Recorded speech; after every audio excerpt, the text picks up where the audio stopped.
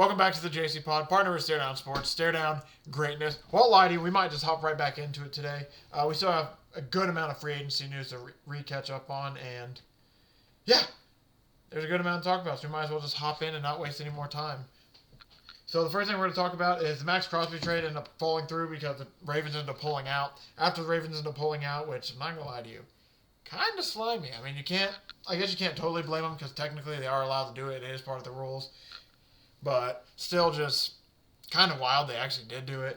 Because they did do that, they ended up signing Trey Henderson to a 4-year, $112 million deal. So yeah, and apparently when Trey Henderson said that he was told when he signed with the team that he would be playing with Maxx Crosby, and obviously that didn't happen. And Acosta came out, he said he was gutted by it, all this stuff. So it makes you wonder, was there some foul play involved? Or did the Ravens maybe get cold feet after some of the reactions online, maybe reactions to the building? Because Maxx Crosby also just came out recently and said, like, when he got over there's some weird vibes when he stepped foot in the building and everything. And obviously that just makes you wonder. It's really, really weird situations. I mean, you can't put it past them to do that. I mean, hey, they signed Trey Henderson and they got their 2 first-round picks back. They kind of kept a lot of other people from being able to trade for him. I mean, it was... Technically, it was a great plan if that's what they were trying to go for. It's just, that shit was wild. Commanders signed Chason from the... Patriots. I couldn't think of the team he played for. They signed him on a 1-year deal. Pretty much probably, I'm assuming, a 1-year prove-it deal. Pretty interesting, though. He's only 26 years old, so the fact they only signed him for a 1-year deal is just... He's really young, so, yeah. Curious if that was a decision on his part, or... You would think it had to be, maybe. This was something that was awesome for the Colts. They agreed to a 2-year deal with Daniel Jones with $88 million, which guaranteed. The deal's worth up to $100 million, and basically it comes down to like it's a one. They can, I think, void it after 1 year. They can do something with it after 1 year. So basically, it's kind of like a 1 year. It's not a full 1 year proof of deal, but it's kind of like a hey. We'll see how this year goes. Maybe if we need 1 more year because of the injury, they'll take the other year. But then, basically. Sounds like Daniel Jones is going to be the quarterback for the foreseeable future. But yeah, this is a pretty good deal for Daniel Jones. He basically gets the money that he wants. The Colts kind of get some, I think, options to be able to move on from him if they really want to. But basically how things sound, it sounds like he's going to be the guy for the foreseeable future. When it comes to Anthony Richardson, it sounds like there wasn't a whole lot of that's not right. There was some trade interest, but not a whole lot of movement right now. So it's kind of just sitting pat. Apparently one of the main interested team is... Packers. Green Bay Packers are like the main interested team that are looking into him. So, yeah, it's gonna be interesting to see what the Colts end up doing for backup. I mean, I'm assuming Riley Leonard will be the backup and Anthony Richardson moves on. But now it's all just coming down to will Daniel Jones be ready? He came on the Pat McAfee show, said he should be ready to go by opening week. But I mean, you saw how Kirk Cousins was. He really couldn't push off his feet for most of the season, or push off that 1 foot, for most of the season when he had his Achilles injury. But second year he looked a lot better. But then you have the other side where Jason Tatum's coming back for the Celtics, and he looks pretty decent right now. So, and he's younger. So Daniel Jones is only 28, so he's still a younger guy. I mean, it's crazy to think that he's only 28 years old. I definitely thought. In my mind, I just picture him as being 31, 32, a little bit older than me. But it's like Kevin Byard is joining the Patriots on a 1-year deal. Kind of makes sense. He joins back with Mike Vrabel from their Tennessee Titans days. Aaron Jones takes a pay cut to remain with the Vikings. That makes a whole lot of sense, especially if there was some interest from some teams, but it wasn't enough money, actually make a move. Why not just take a pay cut and stay with the team? He probably already had his family situated there. They probably enjoy the area. The locker room definitely loves him. It sounds like the locker room was pretty upset when he ended up leaving. So it kind of sounds like there wasn't enough, like a big deal out there that was worth moving his family and everything. So he decided to return to the Vikings on a pay cut deal. And like I said, veteran leader for them. Probably going to be really good. And now that they got Kyler Murray and everything, they say Kyler Murray and J.J. McCarthy are going to compete for the starting job, but I basically think it's almost Kyler Murray's to lose, because unless J.J. McCarthy just blows him out of the water and has a huge step from where he's at, seems like that's pretty much Kyler's job to lose at this point. Jacob Conquo signed a 3-year deal with the Commanders. Really good signing by them. I think all eyes are on the Commanders right now and potentially taking Jeremiah Love in the draft. That's a lot of what I'm hearing around the streets and everything. So I think that's I'm trying to think. I think that's the one position where they haven't really made a whole lot of moves. I think they signed Rashad White. I think we talked about that last time. If not, I'll talk about it a little bit more. It's basically he signed a 1-year deal, but it's not a big enough deal to be like, yeah, Rachaad White's our main back. So you got to think there's another move there when it comes to running back. But is it Jeremiah Love? It might just be. Where did the Commanders draft at? I think they're at number 7, and apparently Sonny Styles or safety Caleb Williams is being mocked to them, which also kind of makes a lot of sense. But there is some. I'll be honest. I don't know if Jeremiah Love is going to go there. I wouldn't be shocked if they do end up taking Devender because their defense was not good last year. So they probably could use some help on defense, but they could also use a running back. So it's going to be curious to see where they go there unless they believe in Ja'Cory Crosby enough. And then, like I said, they have Rachaad White and they run with those two. Bradley Chubb joins the Bills on a 3-year deal worth $43.5 million. Really good for the Bills. They're making some big moves this offseason. It's basically, they moved on for Sean McDermott. It's basically do or die at this point. If they don't get anything done within the next 5 years, that probably, their window could be closed right now, to be honest, but their window's, it's not fully closed, but it's starting to get to the level point because Josh Allen's obviously getting a little bit older. They still have a couple of years left and everything, but it's basically win now at this point, and they've been at the doorstep a couple of times, so this is a move that obviously makes a whole lot of sense, especially with, you want to talk about a Buns defense. Their defense, pretty shaky last year. Packers signed Javon Hargrave to a 2-year deal. Makes sense after they traded one of their defensive tackles to the Colts. This was an interesting one. Cowboys traded Osa Odighizuwa to the 49ers. I think it saved them obviously some room in the salary cap. He's scheduled to earn $16.25 million in base salary this year, but it has to be a cap move. But it's just kind of interesting because they just signed him to an extension last offseason. So the fact they're already moving on from him is just kind of like, Very, very curious. Keaton Mitchell signed with the Chargers on a 2-year deal. That's for fantasy-wise, that's probably great news for American Hampton owners because he's not a big bruiser, and as of right now, it doesn't seem like they're going to sign another running back. So it's big Amari and Hampton season next year. Orlando Brown. I don't know why I said Trent Brown. Orlando Brown Jr. signed a 2-year extension with the Bengals. Pretty rough offseason for the Bengals so far. Not gonna lie. But they did make some decent moves. They added Jonathan Allen, and then they also signed. Who else was it? If I see the article again, I'll pop it up because I can't lie. There's somebody else they signed on defense who that wasn't a bad move at all, but they definitely need a lot of help on defense. That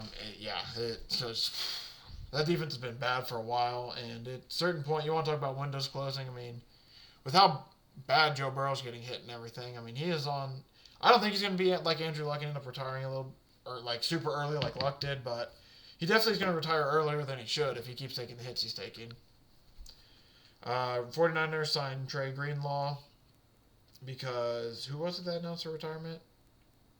Somebody announced a retirement for the 49ers. I can't remember who it was, but I can't find it in my notes either, but they signed Trey Greenlaw. He comes back. Kind of makes sense, to be honest. The Titans actually unveiled some new uniforms that gave a brand new look to their logo. Apparently drew some inspiration from the Houston Oilers days, they honestly look really, really cool. It's like baby blue, red, all that color shade.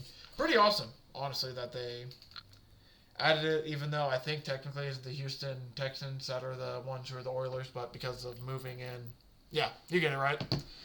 There's some confusion there, but I'm pretty sure if I'm not mistaken, I thought I heard J.J. Watt say that technically the Houston Texans were the one who were the Oilers, but yeah, not going to get into it. James Pearson ended up getting charged with 3 felonies, which I don't know what that's going to mean for his playing career at this point and what they're going to do. I don't think the Falcons have really announced anything when it comes to it. I think they're just kind of letting the process play out. But that's really, really... obviously for the human side it really sucks, but football-wise for the Falcons, that really, really sucks. They traded away their first-round pick this year to draft James Pearson, get him. And then second, obviously, so they lose last year's first-round pick, basically, who was a really good player for him, or looked like he was starting to become one. And then this year, they lose the first-round picks because of him, and he's gone too, yeah. Not looking the best. That situation, too. That was just a wild situation to read about. Two apparently will have the opportunity to compete for the number 1 QB job. I don't know if Penix is going to be ready to start the season, to be honest. I wouldn't be shocked if Tua ends up starting. I would assume he would start at least the first 4 games. I would, because I assume Michael Penix is not going to be healthy in time, so I expect Tua to start. So I think that's them just trying to kind of keep in good graces with Michael Penix. The Titans move on from L'Jarius Sneed after 2 years. They end up releasing him. He's probably going to end up signing back somewhere, especially because cornerback is a huge need in the NFL. The Panthers signed Rasheed Walker to a 1-year deal to help at left tackle. Curious if that's a 1-year prove-it deal or if this is just like a 1-year, hey, we're going to draft somebody and then put him there. Calvin Ridley's same with the Titans. He's reworking his deal. Dallas Goedert signs a 1-year extension to stay with the Eagles. Curious if it's another one of those 1-year prove-it deal or if it's just like, hey, we couldn't come to an agreement. We're going to sign a 1-year deal and then maybe next year we'll come back to this and figure it out. This was a wild one. Justin Fields ended up getting traded to the Kansas City Chiefs. That was just kind of wild to end up seeing. You see that pop up on your feed and everything. It's like, whoa. Obviously, he's going to be the backup to Patrick Mahomes. Potentially, if Patrick Mahomes isn't ready to start the season, maybe we see Justin Fields start. I don't think it's going to be. There was apparently other suitors, but Fields preferred the Chiefs. And yeah, like I said, since Mahomes is recovering from his ACL, there is a chance that Fields might be starting for them week 1. And this is probably going to end up being a decent move. We've seen Kevin O'Connell. We've seen it work with him and everything. And we know Andy Reid is a great coach, so maybe he's the one who can finally get to Justin Fields and maybe figure something out with him. But I don't know. We've seen a lot of games from him, but I don't want to say anything too.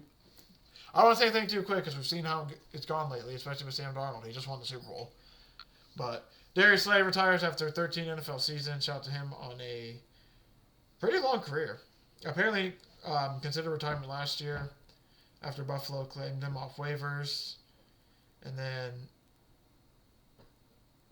yeah. Oh, and then he ended up turning him down, didn't play. Oh, yeah, so now he's making it official. Okay, I was about to say, I didn't think he ended up playing last year.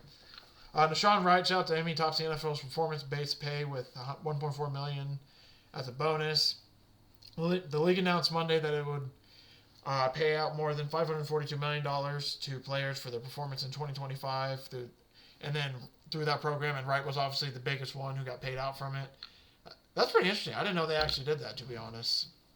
49ers signed I don't know why I said it like that. 49ers signed Christian Kirk to a 1-year deal. It is worth $6 million. Kind of makes sense, especially with George Kittle not going to be ready for the start of the season. They can use any weapon they can get, and they just signed Mike Evans as well, so just adding another weapon to the room kind of feels like they feel like this is their window, so they really need to go for it. Makes sense, especially because the 49ers have kind of been there, but not really at the same time since the Jimmy Garoppolo years. Like looked like they've had a chance to get there, and then just for whatever reason they either lose really, really bad or they just don't make it. But yeah, with some of the names they got, like Mike Evans, he's at the later part of his career. Christian McCaffrey, he's coming off a heavy, heavy workload season. We know how he is with the injuries, so it's like, how much longer can he be able to go? I mean, there's a lot. George Kittle's going to be coming off an Achilles injury now at this point. He's a little bit older, so you got to think that, like, obviously with the 49ers, they're a pretty good team most years. So they can be able to figure it out. But with this squad they have here in this group, I mean, it's kind of a year to go for it, obviously, and they really are feeling it. I just don't know. I don't know, man, with how good the Rams are, with how good the Seahawks coming back and everything. The NFC West is crazy how tough it is. Then you got the Cardinals who are, man. Yeah, and then like it's interesting. Speaking of the devil, apparently Atlanta Falcons offensive lineman Elijah Wilkinson sounded off in his former team, which it's funny because he ended up going to the Cardinals now. But apparently, good luck with that clown. He said this to somebody, I forget what. Good luck with that clown show over there. Wilkinson said when responding to a fan's criticism, he said, "Y'all in hell right now. Have fun being ass next year." That's crazy. Obviously, he's a guy who's been in the building, so he kind of knows. Yeah, he really went in on the Falcons and everything, but I'm not going to lie, the reason I was kind of laughing too is like, he's signed with the Cardinals. I mean, yeah, they aren't known for being the best. Yeah, I mean, the NFLPA reports that came out, they got a lot of Fs. A lot of Fs. I won't lie to you, this is one of the craziest moves. Did want to talk about this a little bit. Jaylen Waddle ends up getting traded, or the Dolphins send Jaylen Waddle to the Broncos for a first-round pick. I think there's also, the Broncos are also getting... the Broncos are sending a first round, a third round, and a fourth round for Waddle, and they get a fourth rounder. So let's try that again. The Dolphins get a first round, a third round, and a fourth round pick in this year's draft, and the Broncos will be getting Jaylen Waddle in a 4th-round pick in this year's draft. So basically swapping 4th-rounders, and then Jaylen Waddle goes to one team, a 1st and 3rd goes to another. I can't believe they actually traded him. Fantasy-wise, I won't lie, I was kind of excited to maybe think about getting him this year, but now that he's going to the Broncos, I'm good on that, which kind of stinks because, like I said, it's curious to see how Malik Willis and Jaylen Waddle was going to do, but obviously it's a new regime and everything. They came out already and said that they aren't going to trade Achane and that he's going to be staying there, and I'm assuming that's because they're going to... First off, it's a very smart move by them. After they traded Jaylen Waddle, I was starting to get to a point like, man, are they going to trade Achane too? At this point, just completely blow it up and restart. But I think they're going to keep Achane and build around him. And I mean, he's basically the only star left that's on offense over there. Tyreek Hill's gone, Tua's gone, Waddle's gone. I mean, who else? I'm trying to think offensively. Darren Waller, I don't know if he's going to stay or not at this point. I mean, obviously it's a new regime and everything, so it kind of makes sense to get rid of some guys. But to get rid of Jaylen Waddle, I mean, that was kind of crazy. Apparently they were waiting, trading him last year, which is, like I said, still interesting. Discussing with the Bills and the Broncos, but obviously they probably wouldn't trade him in division. That is just crazy. Yeah, I can't believe they wanted to get rid of him. You would think that, I mean, finally with Tyreek Hill gone, you would think he was going to be the guy they were going to kind of build around a wide receiver. But at the same time, I guess, hey, if you're just going to completely restart, maybe it's money. Money situation as well.